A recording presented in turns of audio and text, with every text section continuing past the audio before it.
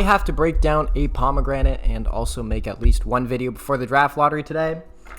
So we're just going to do both of those things at the same time. If you guys like this one, like and subscribe. You know what the drill is. And let's talk about the Oklahoma City Thunder and the Denver Nuggets, yeah? So, first of all, when you're breaking down a pomegranate, here's how I like to do it. So cut off the top. If you ever buy a whole pomegranate, by the way, this is a sort of a pain in the ass fruit to buy. And it's very messy, and pomegranate juice doesn't come out of anything, as far as I know.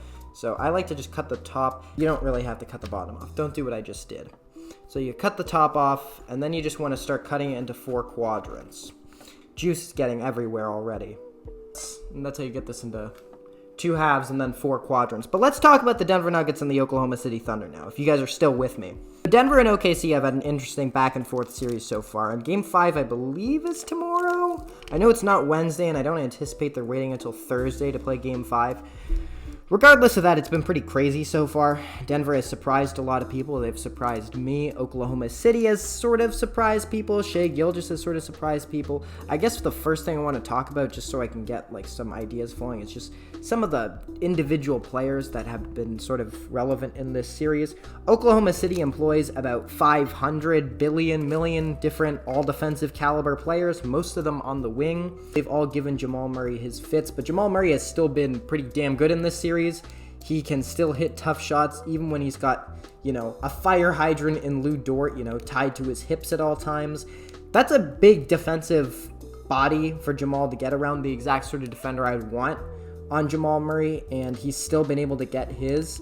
I think he sort of has trouble with the double teams with length because they have so many smart guys who have no issues getting around screens. The Jokic-Murray pick and roll has kind of not been, a superhuman, nuclear option, I guess, for this Denver team. But it's still been good. Murray has been able to create out of the pick and roll, hit threes, hit step-back jumpers, get to the rim every now and then.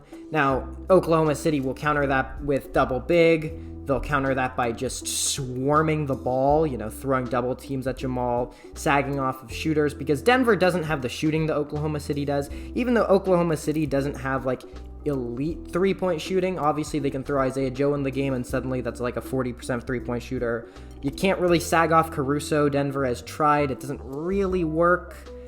Casey Wallace can hit his open threes. Jalen Williams can hit his open threes. Even their bigs can hit threes other than Isaiah Hartenstein, and Hartenstein operates exclusively at the elbows and under the rim. So, Oklahoma City's shooting is just better than Denver's. And it's made it kind of hard for Jokic to operate because, again, they'll just pack the paint against him. By the way, this pomegranate, if you ever, there are, obvious dead pieces in there. I don't know if that'll get in focus. Just, pick the dead ones off. Just, you only want the alive ones. I think that goes without saying. This pomegranate is maybe a little overripe, but, still mostly fine. The seeds are starting to lose their color, but most of the ones in the center are still fine. Jokic at the center. When they throw 2 bigs at him, it becomes really hard for him because he can't just kick out to Peyton Watson all the time and expect that to work. They can sag off of Peyton Watson. They can't really sag off of Aaron Gordon. He's been a laser in the regular season, in the playoffs. Every single time OKC thinks they have it made, Aaron Gordon hits a ridiculous 3-pointer and suddenly they've won the game. They did it in Game 1 when Mark Daigneault didn't understand what fouling up 3 actually means. You don't do that when there are 18 seconds on the shot clock immediately. You drain some time. Aaron Gordon has burned them a lot, so you can't sag off of him. You can sag off of Russell Westbrook, but he has managed to burn them. Denver, again, since they only employ 7 players, their optionality is really limited, and since only a couple of them are really, really, really good three-point shooters, Jokic has sort of had to create most of his offense himself, and they have made it insanely hard for him. Isaiah Hartenstein's like a brick wall, really, really hard to move, really smart, great footwork. He can hang with Jokic for sure. He's not as good as Zubac, but he's still tremendous, and then they supplement for Isaiah Hartenstein not being as good as Zubac by putting every other good defender on the floor with him. So you've got Chet Holmgren out there, who's a great weak side shot blocker, rebounds the hell out of the ball. There are so many possessions where, Oklahoma City, it's almost like they've got too much good defensive help on the inside. We're almost done the first half of this pomegranate, by the way. Denver will get a tough layup inside. They'll be able to jam the ball inside to someone cutting or Aaron Gordon sitting at the dunker spot. There will be a missed layup, and it feels like Oklahoma City has so many guys going for the rebound that it just ends up in Denver's hands miraculously. And this happens over and over again. It happened a lot in Game 4, if I recall. And that's sort of been a lucky way Denver's been able to get offensive rebounds, get easy putbacks, reset the offense, because it usually takes them the whole shot clock just to get off a look. And, comparatively, Oklahoma City doesn't really have to work very hard at all on most plays. Now, every once in a while, you'll see a Shai Gilgeous ISO, which goes haywire, a Jalen Williams ISO, which goes haywire. And that's sort of been a problem for them. Their two marquee scorers have not been tremendous. I mean, Shai has put up good numbers, but I think you can tell that he's got another gear he can hit. I want to see the Shai Gilgeous-Alexander game. And I think if Oklahoma City wants to prove that they can be dynastic, then they need those every now and then. This team has everything it needs to beat everyone. They could beat up everyone in the NBA. They just have to, lock in, kind of, on, a play-by-play basis. It's really as simple as that. Shai Gilgeous takes a lot of dumb threes. He grifts for fouls. And especially in this series. And that has not really helped them a lot. Jalen Williams has been, at times, brilliant. He's had masterful plays. He had this insane behind the back dribble and transition into, I don't even remember what happened following that, but it was ridiculous. And so in spurts, those two look really good, but they do have another gear they have to hit where they can just be more consistent, where they can just pick up the slack of the offense when Caruso's not hitting his open threes once they sag off of him, or Isaiah Joe isn't really getting open or getting minutes. I think another guy who could, sort of supplement that shot creation role for Oklahoma City in this series would be Aaron Wiggins. I'd like to see more Aaron Wiggins minutes. I really, really like him. I think I like him even more than Peyton Watson, honestly. And Peyton Watson's my favorite player on this Denver squad. He's been great for them. Just an energy big, reincarnated as a 6'7" wing. He's like Joakim Noah, but he's 6'7" and he can hit threes and he can dribble. He's an energy big as a wing. So it's a really interesting, sort of niche that Peyton Watson occupies. They're very fortunate that he was the one draft pick that hit, because I think he's sort of in many ways exactly what they need. It's just, I just don't think it's going to be enough. Because again, the problem with this team, the fundamental problem with Denver versus Oklahoma City, is that no matter what happens, Denver has to work extremely hard to score on almost every single play. Very rarely do they get a defensive breakdown where they just get a wide open three, or they get an easy layup, or even an easy possession for Jokic. If Jokic isn't having to violently thrash his way to the rim, he's having to get free throws, and he has not hit his free throws at the best rate in parts of this series, in parts of the playoffs as whole, really. Whereas Oklahoma City has a ton of flexibility, which did sort of shoot the Clippers in the foot, but they, I think, know their identity a little bit better than the Clippers. They have a ton of flexibility, and even without that flexibility, they've found ways to get easy offense consistently. Because Denver's just getting worn out. They're getting worn down already. We talk about, the New York Knicks getting brutal Tibbs minutes. The Denver Nuggets have no choice but to play, 6.5 players. I mean, they've got 5 guys who are good. They've got Brown, Westbrook, Murray, Jokic, and Gordon. Those guys are all, no complaints right now. They're all playing awesome. Christian Brown had a great game 4. And Jamal Murray's been great. He's been making tough shot after tough shot. He's done exactly what they needed to orchestrate the offense. Jokic is still an aircraft carrier even when he has a bad game. Michael Porter Jr. has been playing with one arm. It's very clearly playing with one arm. That's a problem.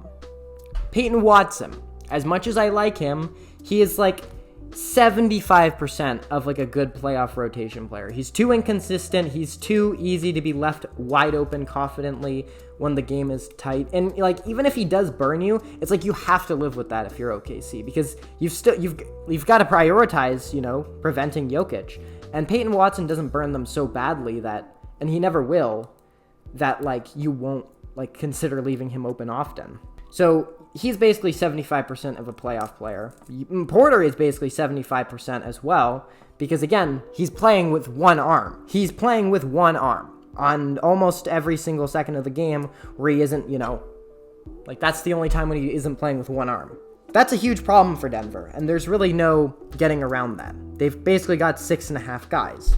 And so if they want to win these games, they do have the championship DNA on their side. That's a real thing.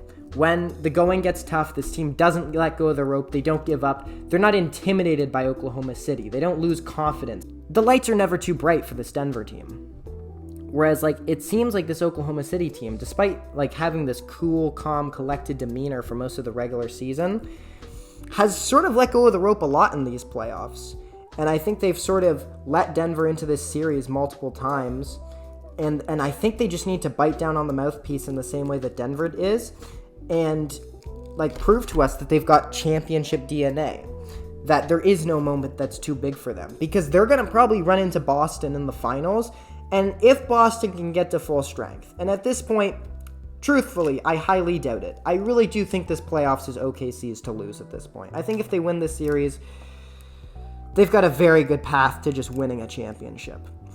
But if Boston can, by some miracle, get its shit together and dominate New York for the rest of the series and sweep Indiana and have a healthy Porzingis, they will give Oklahoma City a serious run for their money, and they could beat Oklahoma City in like 6 games.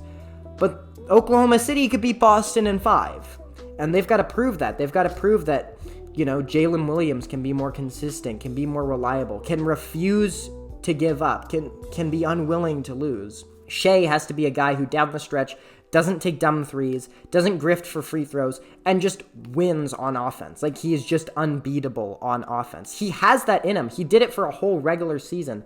I really don't think he grifted. I just think you can't guard him. You look at Jamal Murray, it's like, they can't really guard him out there, these Thunder players. Even the best defensive players in the world, he still gets his against them. And it feels like Shea Gilgeous needs to do that at the end of these games. Now, this is very ironic considering that Shea is averaging like 33 points a game, that I'm complaining about him. But, like, I think everyone can agree that, like, it's been kind of weird just watching him sort of fritter away at the end of these games. Like, Oklahoma City could have very easily won, and probably should have won game 1. They probably should have won game 3. They should be up more in this series. But they're not, because Denver doesn't give up, and Oklahoma City kind of does. So they sort of need to have some more dignity and some more discipline in game 5 if they really want to wrap up this series. I still think Denver has a puncher's chance, but I wouldn't give them more than that. I'm pretty confident that Oklahoma City's going to pull it out. But it's just been a badass series. It's so based the way Denver plays. They have absolutely no choice but to play the exact same every single game. They have to play the same 7 guys. And if it works, then they win. And if it doesn't, then they just lose. And that's it. Oklahoma City can make adjustments. They can add players to their rotation. They can take guys out. Denver doesn't have any of that. So I love the way Denver's playing. I'm really rooting for them because if they can pull this off, it would be an unbelievable upset, and one of the greatest playoff runs of all time would get to continue. And, you know, if they don't, honestly, that's the expected outcome. And I'm done this pomegranate now. So I guess that's the end of the video. That's what breaking down a pomegranate looks like. You get a lot of pomegranate from one of these. I don't know if a lot of people buy this, like, pre-seeded, I guess that's the term. Don't do that. Just break it down yourself. It's really good. And that's going to do it for me. If you guys like this video, make sure to like and subscribe. Let me know if I should do more videos in this sort of silly, haphazard style, or if I should just go back to, like, overlaying footage over me talking. And make sure to go follow the Twitch and the Discord down below. And I'll catch you guys in the next one. Peace. Where's the camera so I can punch it? Boom.